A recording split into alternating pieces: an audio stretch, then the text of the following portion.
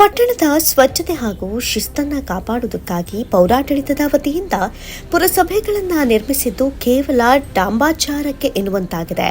ಮುದ್ದೇಬಿಹಾಳ ಪುರಸಭೆ ಪಟ್ಟಣದ ಸ್ವಚ್ಛತೆಯನ್ನು ಕಾಪಾಡಬೇಕು ಅಂತ ಇರುವ ಪುರಸಭೆ ಅಧಿಕಾರಿಗಳು ಮೊದಲು ತಮ್ಮ ಪುರಸಭೆ ಕಚೇರಿಯ ಸುತ್ತಮುತ್ತ ಸ್ವಚ್ಛಗೊಳಿಸಬೇಕಾಗಿರುವುದು ಅಗತ್ಯವಾಗಿದೆ. ಹೌದು, ಪಟ್ಟಣದ ಚರಂಡಿ ಸೇರಿದಂತೆ ರಸ್ತೆಯ ಕಸಗಳನ್ನು ವಿಲೇವಾರಿ ಮಾಡ್ತಾ ಇರುವ ಪುರಸಭೆ ಆಡಳಿತ ಮಂಡಳಿಯವರು ಮೊದಲು ತಮ್ಮ ಪುರಸಭೆ ಕಾರ್ಯಾಲಯವನ್ನ ಹಾಗೂ ಸುತ್ತಮುತ್ತಲಿನ ಪ್ರದೇಶವನ್ನ ಸ್ವಚ್ಛಗೊಳಿಸಬೇಕಿದೆ ಎನ್ನುವ ಮಾತು ಸಾರ್ವಜನಿಕ ವಲಯದಿಂದ ಕೇಳಿ ಬರ್ತಾ ಇದೆ.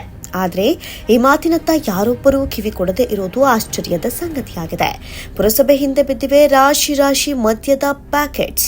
ಸರ್ಕಾರಿ ಕಚೇರಿ ಸಾರ್ವಜನಿಕರ ಕಚೇರಿ ಅಂತ ಸರ್ಕಾರ ಹೇಳ್ತಾ ಇದ್ರೆ ಅಂಥ ಕಚೇರಿ ಹಿಂದೆಯೇ ರಾಶಿ ಮದ್ಯದ ಪ್ಯಾಕೆಟ್ಗಳು ಹಾಗೂ ಗ್ಲಾಸ್ಗಳು ಬಿದ್ದಿವೆ. ಇಂತಹ ಪ್ಯಾಕೆಟ್ಗಳು ಸರ್ವೇ ಸಾಮಾನ್ಯವಾಗಿದೆ ಅಂತಲೂ ಕೂಡ ಸಾರ್ವಜನಿಕರು ಹೇಳ್ತಾ ಇದ್ದಾರೆ.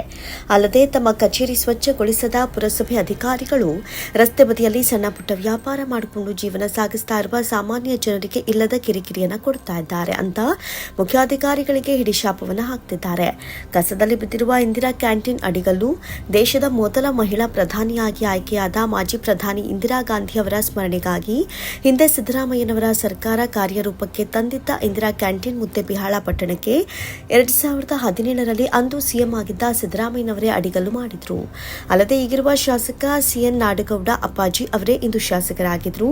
ಬಡವರ ಪಾಲಿಗೆ ವರದಾನವಾಗಿರುವ ಇಂದಿರಾ ಕ್ಯಾಂಟೀನ್ನ ಅಡಿಗಲನ್ನೇ ಪುರಸಭೆ ಹಿಂಭಾಗದಲ್ಲಿ ಬಿದ್ದಿರುವ ಮದ್ಯದ ಪ್ಯಾಕೆಟ್ ಹಾಗೂ ಕಸದ ರಾಶಿಯಲ್ಲಿ ಪಾಳು ಬಿದ್ದಂತಾಗಿದೆ. ಇದರಿಂದ ಆಕ್ರೋಶಗೊಂಡಿರುವಂತಹ ಕಾಂಗ್ರೆಸ್ ಪಕ್ಷದ ಹಿತೈಷಿಗಳೇ ಪುರಸಭೆ ಮುಖ್ಯಾಧಿಕಾರಿಗಳಿಗೆ ಹಾಗೂ ಪುರಸಭೆ ಸದಸ್ಯರಿಗೆ ಹಿಡಿಶಾಪ ಹಾಕ್ತಿದ್ದಾರೆ. ಶಾಸಕರೇ ಇತ್ತ ಕಡೆ ಒಮ್ಮೆ ಗಮನಿಸಿ ನೋಡಿ.